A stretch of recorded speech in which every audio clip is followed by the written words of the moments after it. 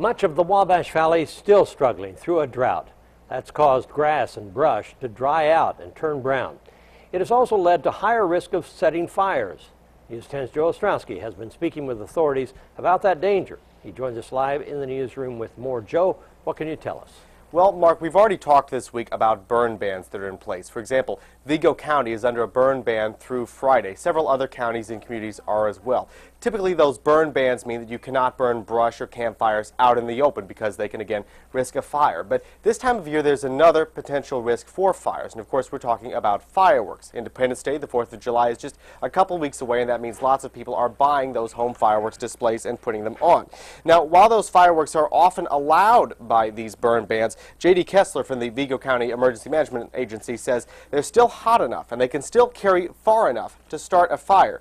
He says that makes it all the more important to be careful if you're setting off some of those fireworks at home, and he says it's also important to consider just keeping them on the shelf.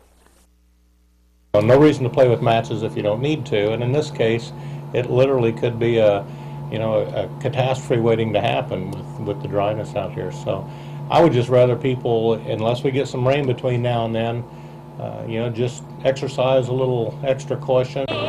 Now, Kessler says one of the best ways to exercise that caution is by leaving fireworks up to the professionals, going to professional displays in city parks and so forth.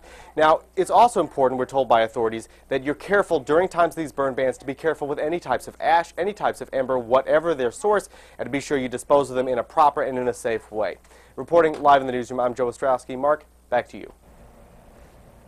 Thank you, Joe. You can see a list of the current counties under a burn ban by going to our website, WTHI-TV.com. Oh, and it doesn't look like